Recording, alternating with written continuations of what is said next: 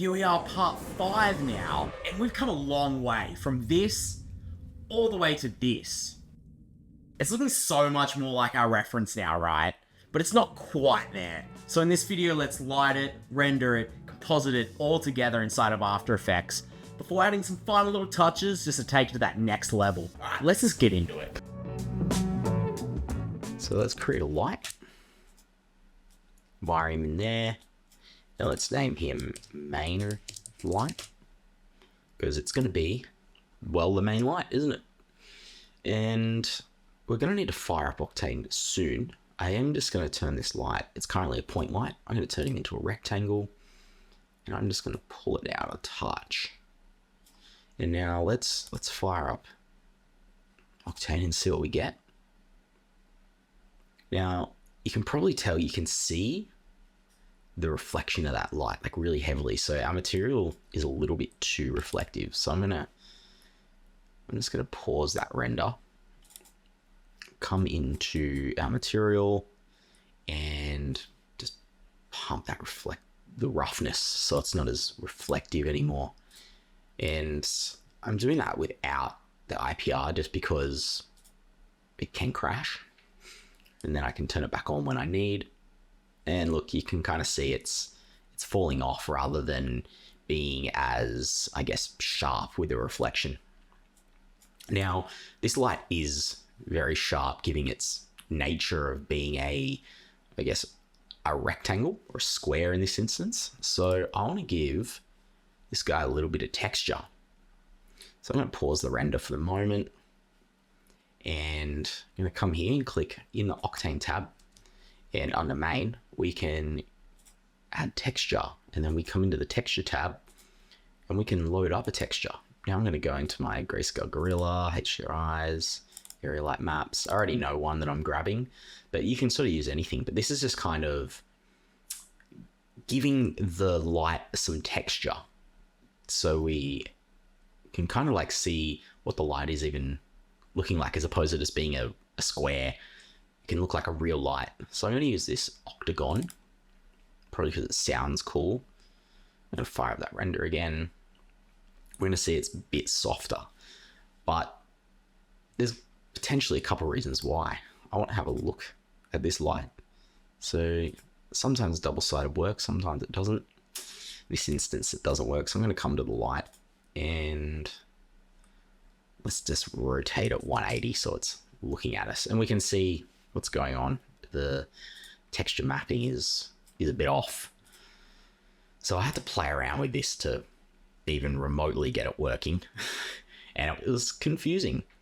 So I had to come down to perspective projection. I don't know why there's not cubic or anything, but that's okay. And then coordinate space, I had to come down and make that object space. And now you're going to be like, it's not really doing anything. It's because there's a million repetitions of that texture in here, so it may as well just be all white.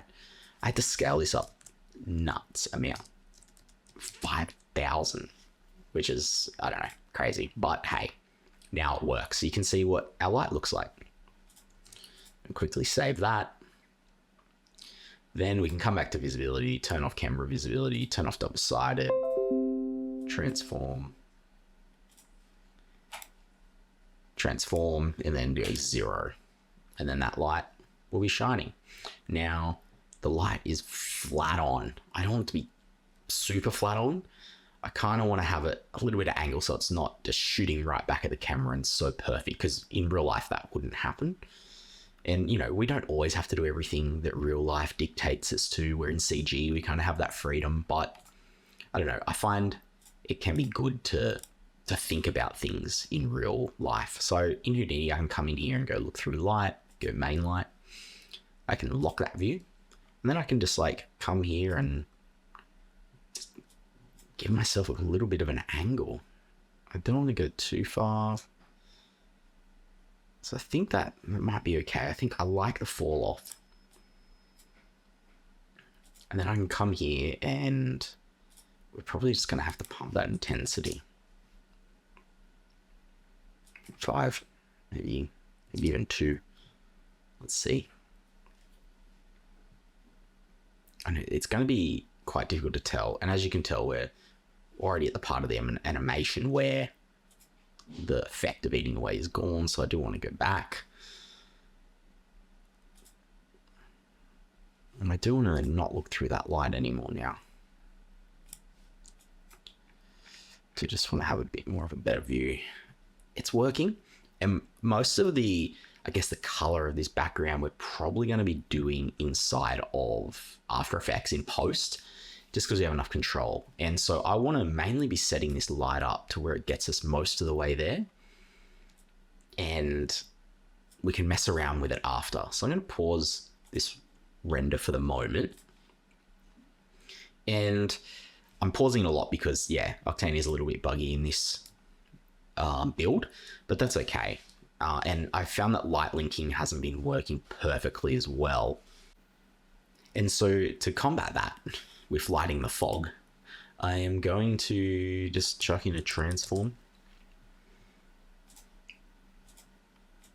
And I'm just going to push this fog back a bit. Everything pauses when you do that. Interesting. So I'm just going to turn off that, come here. I just want to push the fog back a touch, just because I want to fit a light here.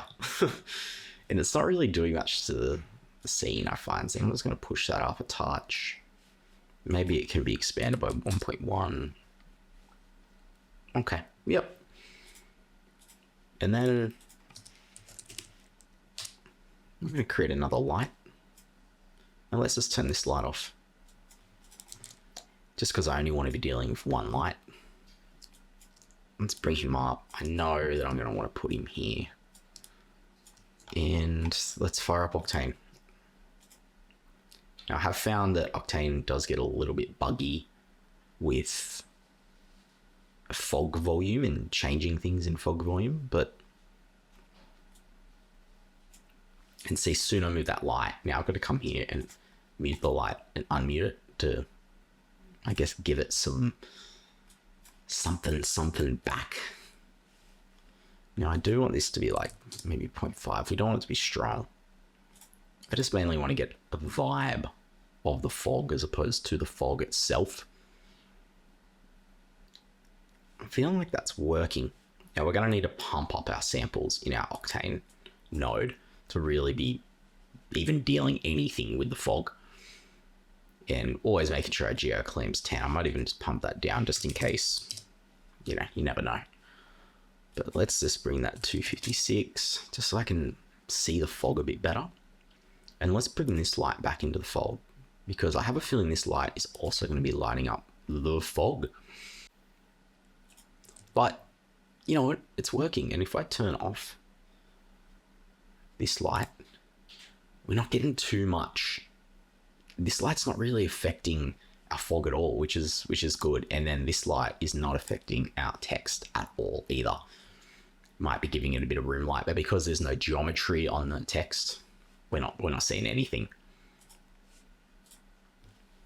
I may want to adjust the material though for the fog. Now we can mess around with the scatter to really see how much of that light is permeating through the fog,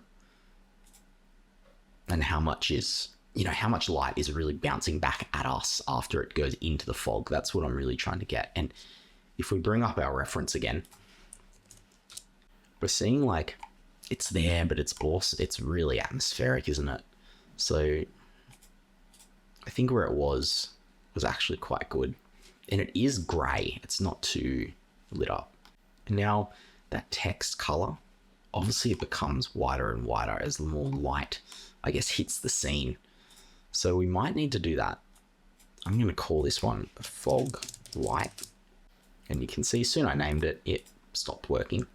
And I'm just going to pause the render here for a second, because I think I want another light that is a bit bigger and further away that can kind of light up all of our text, so we get this final resolution a bit nicer, I guess. Now, most of this I'm going to be doing in post-production, so I'm just going to set up the lights, and I'm just going to call this like large light. In most of this, I'm going to be dealing with once we get to After Effects, because using some AOVs, we can adjust the strength of those lights in post, which is awesome. So actually, it's large light. I may want that main light again because I also want that texture. I want to keep that texture. And I'm just going to move this. Let's go and look through main light 1, which is our large light. And I'm going to have to go to that again. Large light, lock. I don't want it to be big. I kind of want it to chill off to the end point here. Now we're not really going to see this, so I'm going to turn off all the lights except for that one. And let's fire Octane off again.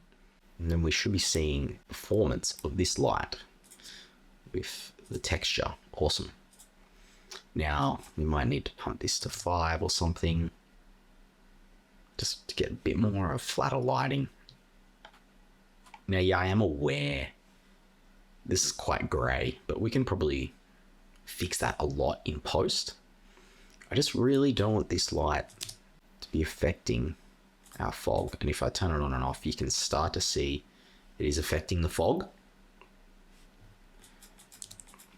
So we can try some light linking. I'm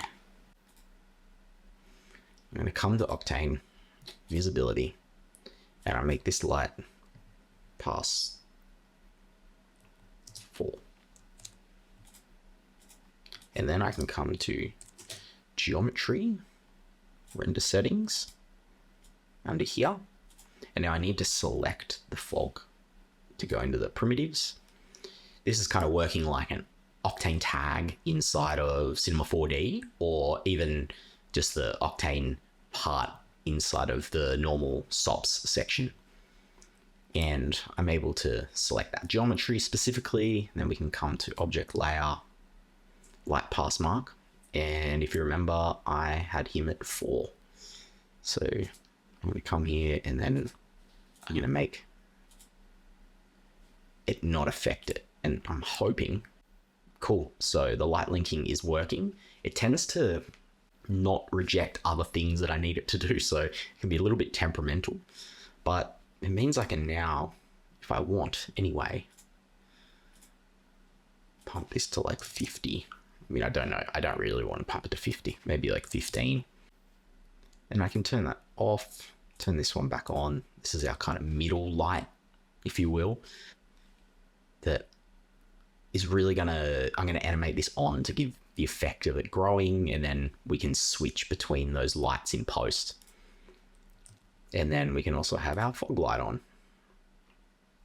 Now the cool thing is we can set them up that we can render them differently. So I'm going to do that now. We're just going to move into that step, which is kind of like the rendering step. While I'm focused on lighting, I'm going to focus on that bit. So main light, if I come to the Octane tab, this can be light pass 2, and fog light can be, or let's put fog light, light pass 2, main light, light pass 3. I want them all to be separate. And then our light pass 1 is really going to be our beauty, but that's just because of a limitation I'm finding here with Octane at the minute. So there's a couple steps here now that we will need to do before rendering, but I am just going to dig into the lighting part first and set up some AOVs. So I'm going to come back to the Octane tab here. Let's go to AOV settings. We've got our beauty here, which is just going to be our main pass, and you can select different passes by coming to these awesome by coming here. And at the moment we've just got these 4, and we can change it. And I mean, yeah, they're just going to be different outputs that are getting outputted with the EXR. But I want, and I believe it is under light. Now I want light ID 1, 2, 3, 4 to be rendered. Because if you remember one limitation, it's probably just going to have our emission, but I also have the main light, large light and the fog light all going to be different passes. And the cool thing about this is it gives us everything. It gives us the bounce light. It gives us, I guess, the global illumination of that light, rather than rebuilding these lights with the diffuse pass, a global illumination pass, a reflection. Like, this just gives us everything, which is awesome, and I really like that. So if I come back to the Octane tab, I'm also going to need, there's no ambient light, but I'm also going to need emission, which I believe is just under beauty here, emitters. All right, and so let's see all those. Now we've got them all in here. So if I go emit, we're just going to see our ambers and also the hot parts of our text. Light 1 tends to be broken. It tends to be emitters as well. But light 2 is just our fog in the background. Light 3 is our text, the sort of middle text. And then light 4 is our just fully lit text. And then all the other ones. So we go back to our beauty. And obviously they're all added together, and we can do that in post, which is awesome. And because of that, I don't think we need to set up any other AOVs to really show me the text and the fog separately, because they're kind of being done already just with the lights. So now that we're here, I do want to get a feel of, I guess, two parts. We want to see a high-res image of a shot. And then the next bit is we want to see a Playblast, something quite quick with low samples. So I'm going to set that up now. And to do that, I'm going to use two of these guys because we can. The awesome thing about Houdini is we can kind of like duplicate some things. So I want, well, the resolution is quite high. So for this one, this is going to be our still, which 1920 is fine by me. All this stuff works. Path tracing, let's pump that up to about, let's do 1,000.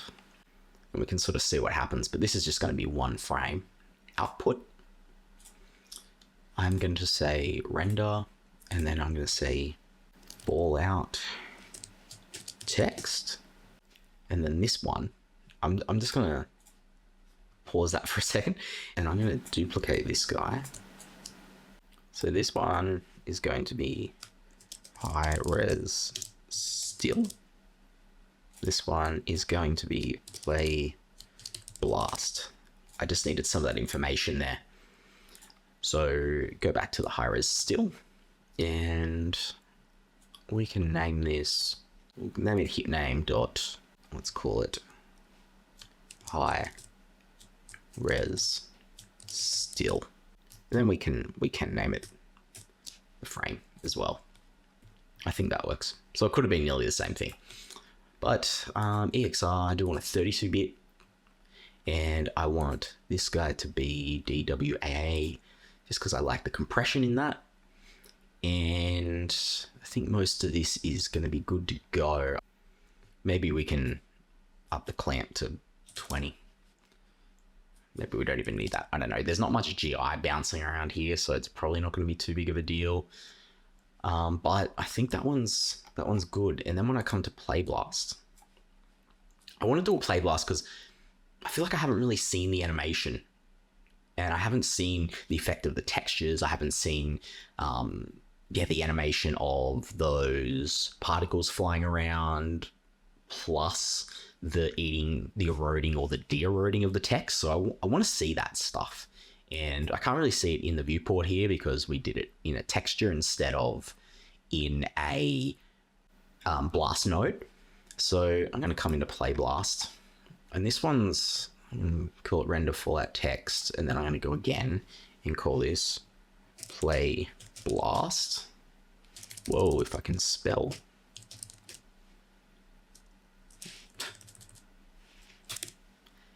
Playblast.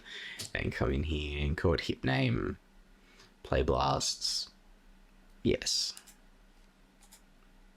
Cool. And now I'm going to go ROP or no, sorry, export render. USD render ROM, that's what I'm after. This is just gonna essentially give us the ability to render it. Now this is gonna be in Octane. This one's gonna be render specific frame range. Now I want to delete channels and I want it to be just 14 to 14 because I just want it on that one frame. Render settings, yep, go. My main point is I want just that one frame. And in this guy, USD render RAW again, and we're going back to Octane. This one's going to be specific frame range, but if you remember in Playblast, we actually had that. I don't want that. I want like a lot smaller than that. So I'm just getting my calculator out now. 920 divided by 4, 480 is going to be good enough for me. Path tracing, look, I'm happy with 128. Geo clamp, let's just do one.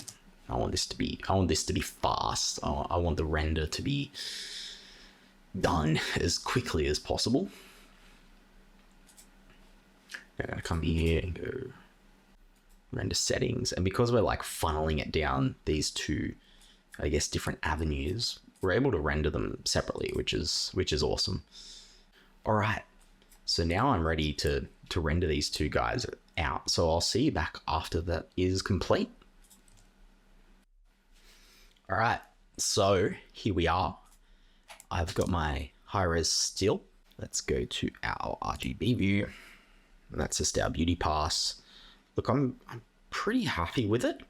There's a couple things that I might change, but mainly in the fire, in the emitters, especially if we look at our reference, I think there needs to be a little less noise in the emission. And I think the color we'll fix in post for sure. And here's our Playblast though.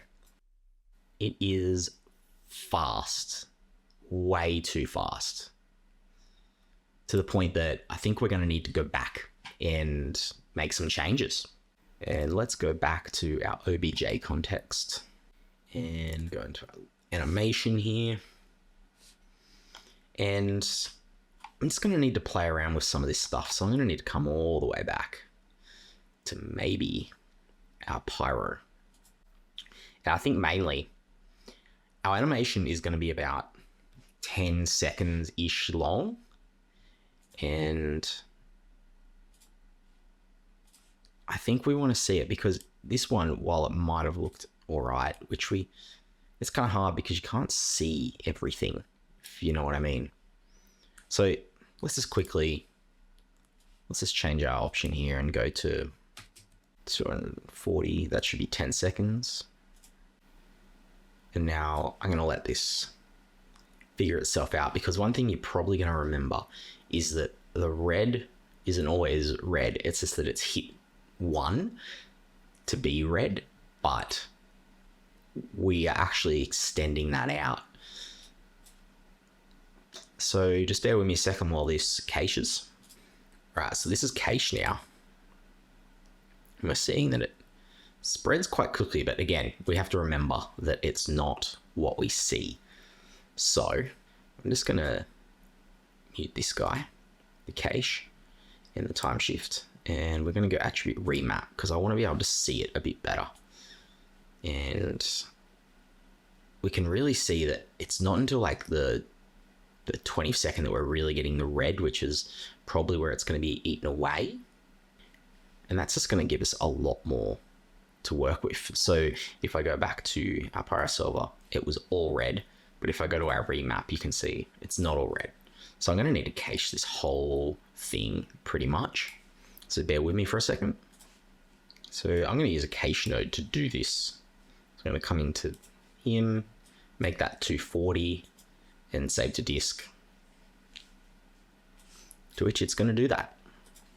And it's doing these sort of things that's really going to help us I guess, in the future when we're getting into it. So let's go back to our remap, and then we're going to need to look at total burn again, and how we should be able to see it. Yeah, it's not until the end that we really get it, but we're probably going to start around here, which means we probably don't need to go to the 60% that we were doing before, I guess. So I'm going to bring this wrangle over here quickly. And blast node, because I just want to see how it's going to look. That's what it's called, and we don't want it to be an and. Now it's in reverse, as you can probably remember. Which means we want to delete non-selected. And we probably don't want that to be 60% now. We probably want it to be like 95. Let's really see. I'm just playing it in reverse so we can see it. Yeah. I mean, maybe we want it to be just 90. We probably want it to be just eaten away a bit more. And I am going to just pump in an attribute a time shift here. You know, this one's going to be minus 19. We don't want that. We want it to be minus 240, just because that's how many frames we're in. Flip it, and now when I play it, it should. Yeah, so we're getting eaten away. It's happening pretty quickly though. I probably want it to be slowed down even more. So to do that, I'm probably going to need to recache this to have more sub steps. And I'm going to save that to disk again, and we're going to deal with some more time shift to slow that whole progression down a bit. So bear with me while I recache this. Okay, but before I'm going to cache it, I am going to need to slow it down a bit, because we just want to get this thing so it's not, I don't know, breaking as much. Because if we come to our blast, you'll notice, let me see here, delete unselected. I'm going to turn that cache off. It's popping a little bit. Like those bits are just like going boop, boop, which I don't want. Now that's caused by our points coming in here and being a bit too big. So if I come into our solver, so we want to turn on, I believe it was temperature. And yeah, these little dots, they come on, and they come on really quickly. But we don't want them to come on that quickly, do we? So we might need to adjust some keyframes here. And also, I just want to come into our animation editor here. I'm going to come into our transfer. This can be pushed out a bit, which means they should come on a touch slower. If I go temperature, they're definitely a bit slower, which is good. And if we want, we can probably stretch this out so they come on a bit. And if there's a bit more time, they pop on maybe a bit earlier. It means they're going to be a touch bigger. Which maybe we want them to be tiny. This is going to affect the simulation though. Be mindful of. But it's okay. Just roll a little bit. We can see how this plays out. Maybe we want it to be about here. Okay. Yeah, that size is probably a bit better. With a little bit of noise. Dipping it up. And then let's go in our PyroSolve. And I always want to make sure I've got two substeps here just so I can slow it down. but we just might have to play around here and see if it works. So let's see how we go. Okay, so I've got this, and if we go backwards, we're going to see it's a bit less poppy, which is good. So I'm going to just let this thing cache all the way and see how we go. All right, so we're cached. Let's play it forward and see how we go. I think one good thing we might need to do is come to our attribute change. I'm just going to change that time shift there, just so we can really see what's happening with total burn. Maybe even blast them away. They're definitely not popping anywhere near the amount now. Awesome. And really, with this guy, the kind of further we come back down, the more blurred that popping will be anyway. Yeah, feel that's looking good. And I think where it starts is fine, and where it ends is pretty good. So if we flip him around, let's try and get a feel.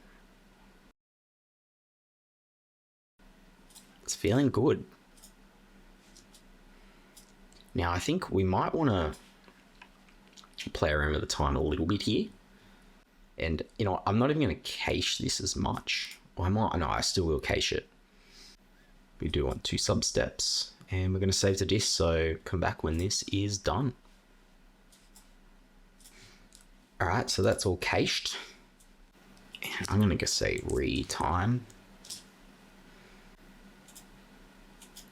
Retime's a funny one, because input range is 240 to 240, output range is, yep.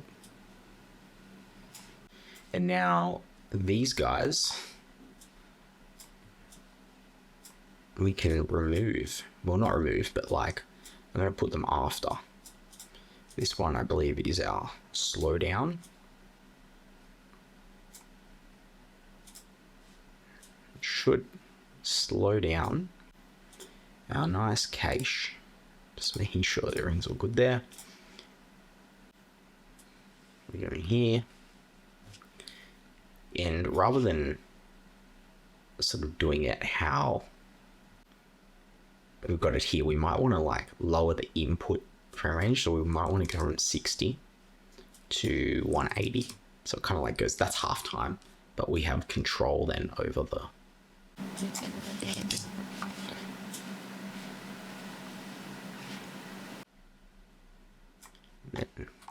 that makes sense, I think.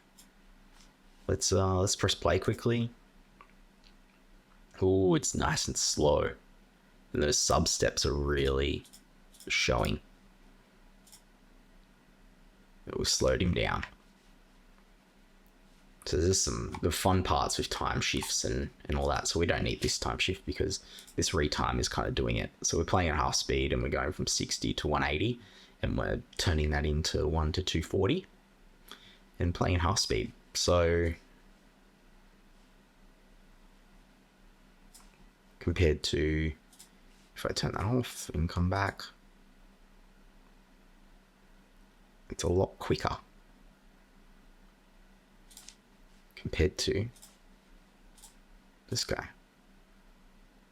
It's just, yeah, this kind of works a bit better. So I'm very happy with that, which means we can push on and quickly see what happens here.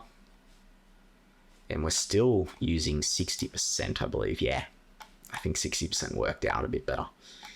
And all right, so bear with me. I'm just going to turn this back into our USD and come back into Solaris. So let's do that. I'm going to save the disk. All right, so welcome back. We're back in Solaris now, and we're just messing around with what we've just done. And I'm going to do another Playblast, but before I do another Playblast, I just remembered the materials need to be fixed. So I'm just going to quickly pause this, switch over. Just really conscious of Octane being a little Octane-y lately. I want to go back maybe to frame 47 when there's a lot more fire going on. There you can notice we do have a different simulation. So we just also want to test maybe our materials in that sense as well. I'm still feeling like the fall off feels good. And if you remember, we're still at 60% with our remap here. But I just want to, the ambers, that fractal noise, if you remember, just was not sitting well with me. So it was coming into a multiply here. And I'm thinking maybe, I'm just going to quickly jump out. I'm going to jump out of camera. I'm going to zoom in. Let's turn Octane back on. Okay, yep. And then what happens if I just, is it going to give me some variance on it? Is it? Maybe variance is enough rather than it actually eating it away. Yeah. I think that's fine. Yeah, I think that's good. All right. In that case, let's camera, back to our stage, and I'm going to just do the high-res still again and another Playblast, and I'll meet you back here when that's done, because we do want to make sure that our renders are good before we do our full render, because one frame in high-res still did take about a minute, and I don't want to render 240 minutes of render only to get there and it not work or not like it. So let's just see how all this looks with a Playblast. All right, I'll meet you back soon. Okay, so this guy's rendered. I'm just going to play it back and see how it's feeling. Yeah, I'm liking that. It's much better. It goes slow. And I think by about frame, 186? As a blink fan, I wish it was 182. Let's just say it is 182. 184. I think we're in a good position. From 1 to 184 is probably our render, but I'm liking that. The speed, everything's looking good. So I think we're ready to shoot this guy off to render, which is going to be a new version of high-res still. And with all those AOVs, we've got everything captured pretty much. So we're going to go 1920 by 1080, path tracing about 1000, and probably don't need geoclone. We can probably bring that down. Let's be render testing this just to see what we're getting. Actually, pause that. Let's go back to single view. All right, so we're just going to see how this guy cleans up for the moment, because maybe we don't need that many samples. And it's mainly that fog that's killing us.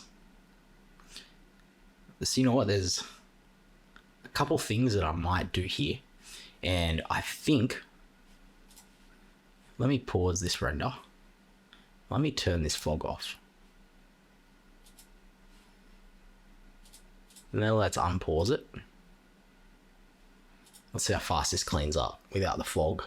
Alright, so this is cleaned up in about 40 seconds. So this makes me think I'm going to render out a pass that is our text. And then I'm going to render out a pass that is our fog. And so I'm just going to need one high-res still of the fog because there's no animation even touching that fog. So I'm going to render out this sequence. And then I'm just going to render out high-res still, just with everything else muted. So we're probably not going to need the lights separated as much as we had before. But these are the things that you find out when you get there. So on the other side of that, all I'm going to do is be unmuting this guy and this fog light. And then I'm going to flip it around and do the same thing in high-res still. And then just composite those guys together, which should be relatively simple. So actually, one thing before I go off, I do want to make sure that I've got this all on alpha. I'm not going to need to turn on this alpha. I think that's just going to get done by prim ID. So I'm just going to make sure that that is getting rendered. So we're going to come into AOVs, options, come into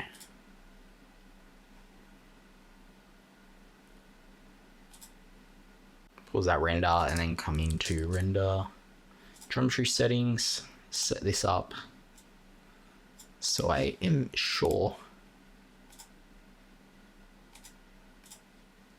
render layer ID 1.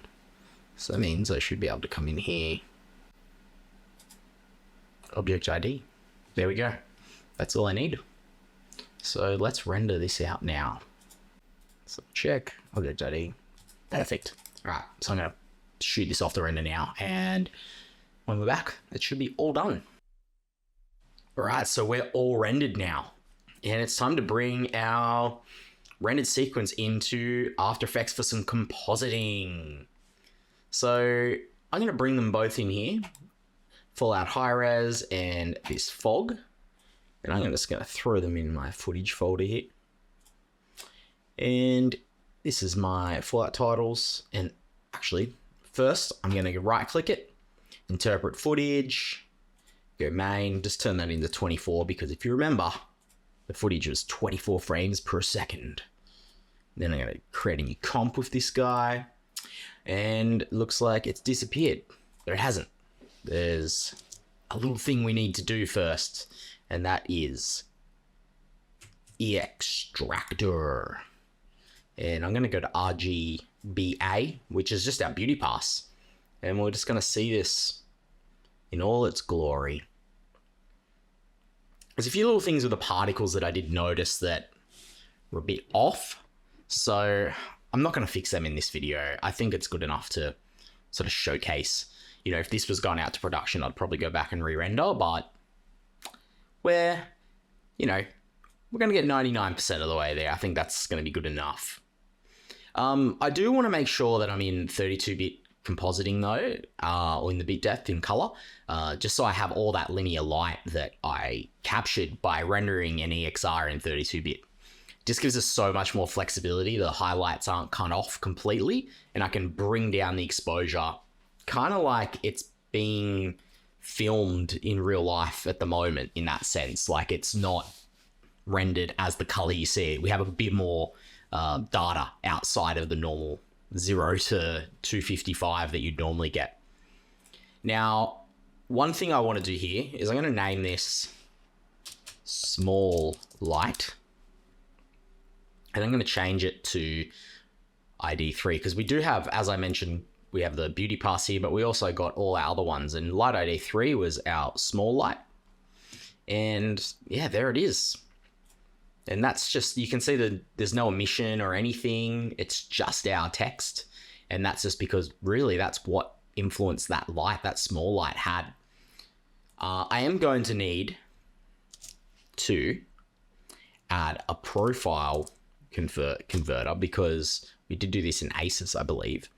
And it's just going to give me all my data back, essentially. And what it means is it linearizes the work space and then converts it to the RGB space that we're currently in. And then you'll see this if I get the opacity and turn it down. Or sorry, not the opacity. If I chuck an exposure on here and turn it down. Yeah.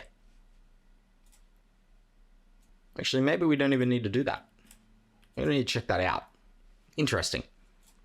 In my tests, I needed to, but let's just see what happens. Another thing I do want to do here is open up my panel and turn this into 10 seconds because the sequence is meant to be 10 seconds, but I just didn't need to render that much. So I can come here and go Option Command T, which turns our time remap on. And I can extend this bad guy out. And the last frame just holds. It means we have 10 seconds of the animation, kind of. Well, 10 seconds of the text anyway. I just want to do that now, so I've just got, the sequence is set up, ready to go in that sense.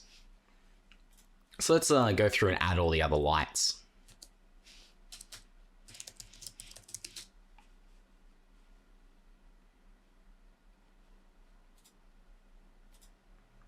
This is our full light that covers everything. And now if I linearize that, what happens?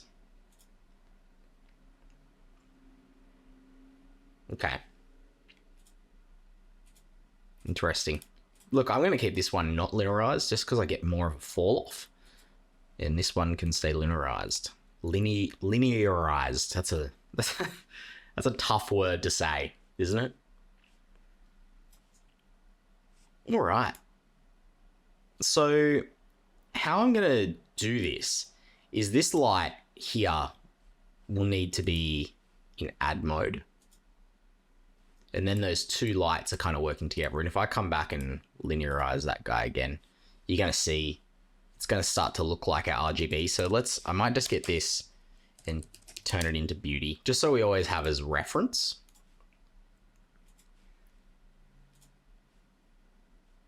And I'm going to turn that to RGB, just so we can always like pull out and see. Yeah. Okay, cool. And then on top of main light, we want to go emit. And we want to turn that into our emitters. That's going to do that. We're going to have our animation sort of there. Turn linear light off on that one again. Yeah, cool. So it's all there now. And the reason I'm doing add is we're building back that beauty pass again. And you can see there's a bit of glare, I guess. That was from the bloom from Octane, but mostly it's the same. And we're going to achieve that bloom anyway with a bit more compositing. So next step, we're going to try and get the animation right. So main light, I probably want it to start coming on. I want it to be at 0 here. I'm going to turn beauty off. And then by about 7 seconds, we want main light to have fully taken over. And then also on small light, we want the exposure. So I'm just going to press U to bring up animated properties. Maybe take that to about where this one starts switching. And then if I come back here, I'm going to turn the emit off just so I can really work with this text. Go like -6. Man, I hate it when After Effects does that. -6. And for some reason, it is rotated. Who knows, sometimes. Good old After Effects. But you can see as I turn the exposure up, it's kind of having like the light is being turned on. And then when this one comes on, it's sort of having that same effect. Now, we can adjust this one to make it a bit better, I guess. I can add like a curves and like probably because we might want it to be a bit brighter. So I might even pump the exposure up to 1 just to make it that bit wider. What happens here? Really just playing around with, I want that texture to still be there, but I still want it to be bright. That makes sense. Yep. That looks pretty good. But one thing I'm noticing is that light is also on the bottom one. So I am going to need to do the opposite with this one. Just so we're only dealing with the main light, I guess, if you will. And then I might just keep pumping the exposure. 2, it works. Then maybe, 1.1 on gamma, just to see. 1.5 on exposure. I'm just trying to make the end text look good. Now if I play this, it does sort of come on strong, hey? So I might need to just add a bit of slowness to that because we want it to come on but not super strong. There we go. And I have a feeling that that might be caused by the linearization workspace. Maybe not. Yeah, it's behaving a bit weird. Anyway, that's okay. Yeah, I think that's working before we get to our really bright white text. And I might pull some of that. I want some of that texture out just a touch. So I'm really just trying to make the contrast really pull out of that text. Cool. All right, that's looking good. I'm pretty happy with that. So the next bit, I do want to do some stuff with the emission. So while I'm here, actually, this text is a little blue, if you agree. And I'm just going to add an adjustment layer. Call this grade, if I can spell. Grade. And then I'm going to add lumetri color. Just a little bit of color correction. Sometimes you can come here and select our white balance. Come back. Am I really noticing much of a difference? Oh, like a touch. To be honest, I think it just needs to be pushed a little bit more. It might even be a bit much. Let's say 8. Am I really seeing much in the tint? I don't think so. I can pump saturation, which there's not much saturation going on, but I do want it to feel a little warm, especially when the emission's going over. So I do that, and sometimes I can, if needed, I might adjust the contrast a bit, which would do kind of what I was hoping for before. Cool. All right, I'm happy with that. I like to change my grade to, I don't know, a different color. Let's go green, just so I know that that's there. All right, let's turn the emission on. And now I'm putting the emission above the grade just so it's not really being affected. Because if I bring it down, well, there wasn't too much going on, so it doesn't matter. And let's just see what's going on here. So one thing we need to do is to get the emitter to follow the light of our small light as it fades on. So I might need to also, our small light might need to get pumped to like maybe 2. Well, maybe not 2, maybe 1. And I'm just doing that on the keyframe. I think -6 is just a bit much, hey? What happens at -2? Because we're not in that linear space, and that bypass linear light thing was kept on because it made it too contrasty. That's right. So -5 again. Let's see.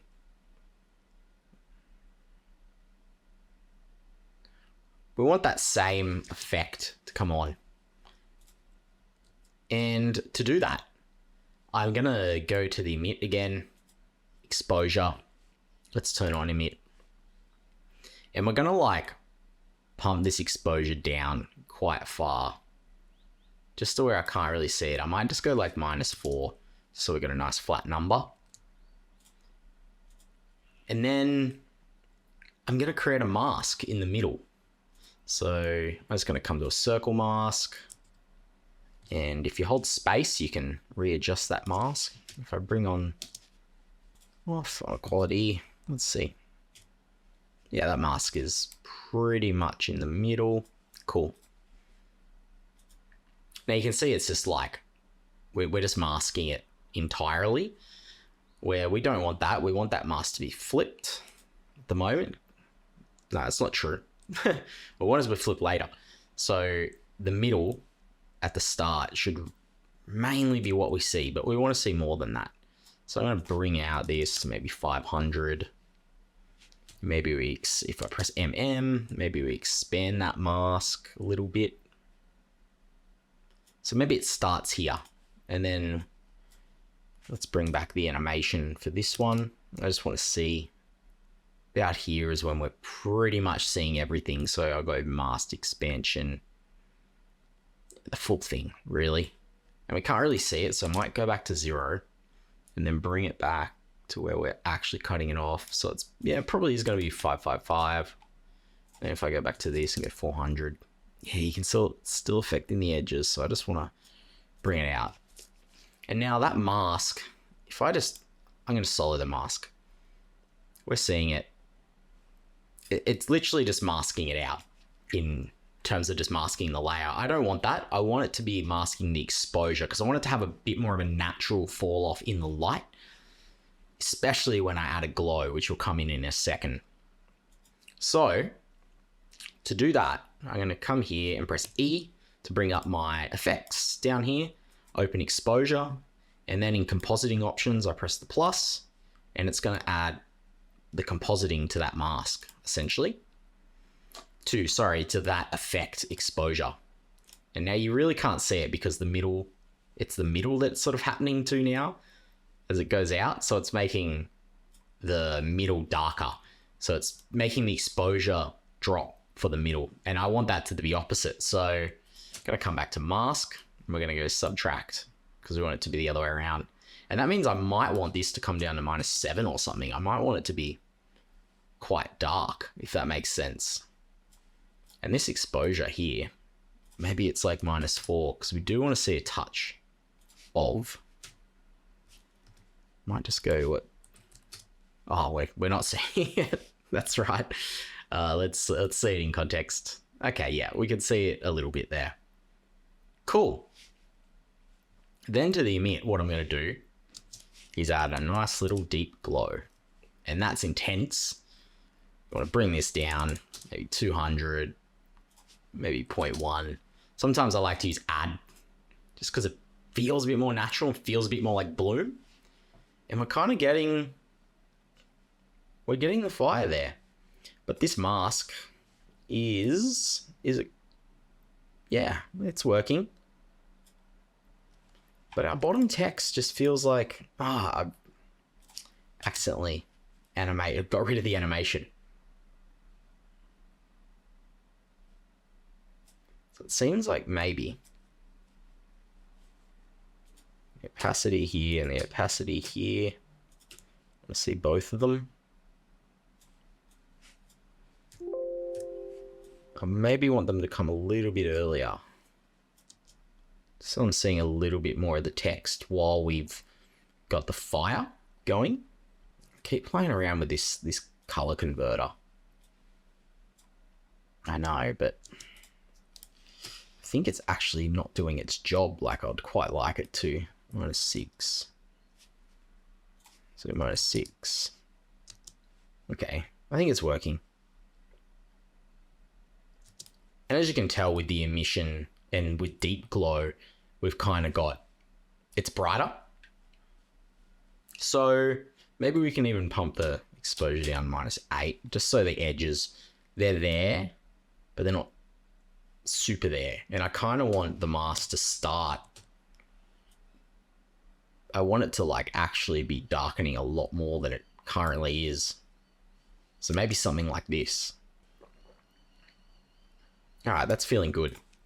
Now there is something I want to do to the emission to give it a bit more of a fiery effect, because we didn't simulate fire in Houdini. So we want to do that in After Effects. Well, not simulate it, but I guess composite some fire in there, or some fire feel. So I want to keep that exposure thing going on.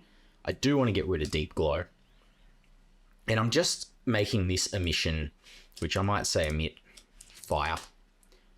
I just want to keep it simple with anything, and I want it separate at the moment so I can see what's going on directly with it. Zoom in a little bit. Don't really need to see the mask, but I think that's just going to stay there.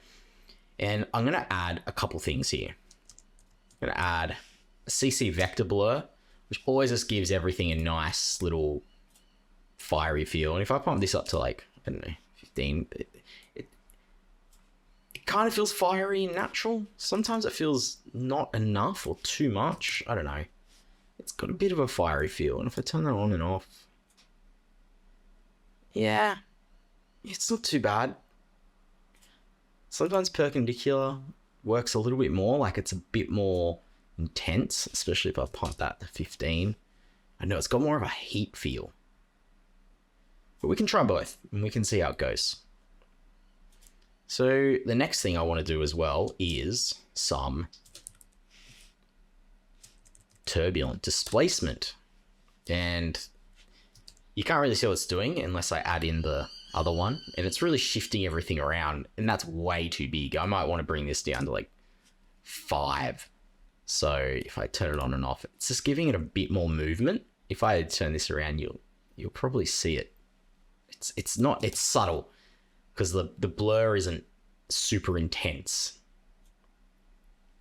But that's cool. It gives it a wavy feeling, which is, yeah, it's cool. It gives it I don't even know the right words for that, but it gives it something, a bit more of a heat map. And you can put that before the vector blur, and sometimes it works well too. How's that looking? Yeah, maybe not. I don't know. I think I prefer it after. Just because it's bending the blur. I know we can always play with it. Maybe we can turn the complexity up, and then it feels a little bit more fiery. Everyone always animates the evolution, and we can. What I want to animate, is the offset here, because I want it to be traveling up, because I want it to feel like fire. So let's animate that now. Offset. Then we'll come to maybe we don't even need to go to the end. Maybe here, where we're sort of ending the fire. And let's push this up to here. And then I'm just going to check that we did animate that. And then let's see how it looks. That looks fiery now. How cool. And that's both of them combined. If I get rid of the first one, you're just going to see the effects of that. But it looks fiery. And it might be a little bit too fast, so we can just pull out that just to really see. But it looks good. Anyway. Then if I add that together and also add that back in with everything else, maybe I'd turn off solo in general. Just so we're just seeing everything. Now the fire might look a little bit too intense, and to be honest, it also looks very orange. So I'm going to bring in our hue saturation. No, it looks yellow, more yellow. I want to make it a bit more orange. And these flames are probably normally more orange than the actual hot bit, which is this. And we can adjust them around. I think because there's add, they're going to have the same effect.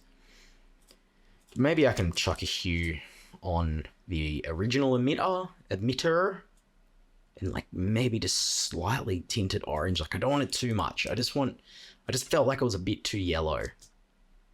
But now I feel it's working. It's looking cool. And the more effects you pump on here, obviously the slower the computer's going to be. So you might have to scale this down to, a quarter, but I want to see it in all its glory. Just because I want to see. Yeah, that looks cool. With that vector blur, man, that makes it flames, and I didn't have to simulate flames, which they can be a bit of a pain. And to be honest, I don't know how to do them that well. Maybe the initial emit, I'm going to take down to 75%, just because we've also got this one, and it feels making it a bit too hot. I know it's meant to be hot, but man, that's looking good. And now you're noticing there's no fog because I haven't brought that in yet. So I'll bring the fog in here and I'll chuck it up the top. We're just going to get black. And now let's bring in an extractor and just the normal pass, the beauty pass, because we rendered it out separately because the fog wasn't moving. But now we have to go profile convert as well. And let's linearize that. And there we go. We got the fog, and we want the fog to be on the back, right? And you can't see it. It's not there. And that's because this guy isn't on add. And if I turn him on add, you can see the fog. But now the fog looks like it's in front of the text just because it's on add mode. So we're seeing both of them. We don't want that. So we want to turn this back to normal. So we're actually seeing the black in the background, I guess. And I'm going to use, if you remember, we did object ID for our text. So we could, I guess, select that in compositing. Now I'm going to duplicate the beauty and I'm just going to say alpha here. And we don't need color converter at the moment. We can come to object ID and we're going to turn that on. And then we're going to see that we got some green and we got some red. And if we linearize that, it's going to be full. If I look over on my info panel here and I hover over the green is its saturated 100% at 120, and the red is saturated at 100% as well. So we need to turn this into alpha, because you can see everywhere I go is alpha. And to do that, I'm just going to come here, and sometimes I have to go to effect and then go to channel, and I want channel combiner. It's not color, it's channel combiner. And I want to turn saturation into alpha. Yes, so we're converting saturation to alpha, which means that is 100% alpha, and then the black is 0% alpha. And then we can use that to sort of mask out the text, if you will. We don't need to mask out the fire, the emission, because that's just not necessary. So I can come to main light and small light, and then grab our alpha pick whip and put it there. And now might get some fringing, which, yeah, that seems to be happening. So a thing I can come here and do is simple choker, go 1, just to get rid of that mask, like a touch. I'm gonna go maybe 2 here. I think that's enough. It's removing the fog a little bit from the text. So it's just those little things we got to watch out for. And now we're nearly done. There is one last step that I want to do, and that's have the text scale up over time. So I'm going to add a null and call this scale. And I'm going to parent, let's just say beauty, the emissions, not the grade, the lights, and the fog can stay as is. Oh, and alpha will need to be parented. And we're going to parent all them to scale. And then I'm going to make that at the end. So 100%. And then maybe it starts at like 90. And then let's just see how this goes. All right, here we are with the final render in all its glory. I gave it a cheeky little re-render out of Houdini, and it seemed to fix that problem with all the particles glitching. And so it's been a bit of a journey to get here, but thanks for coming, and I'll see you guys in the next one.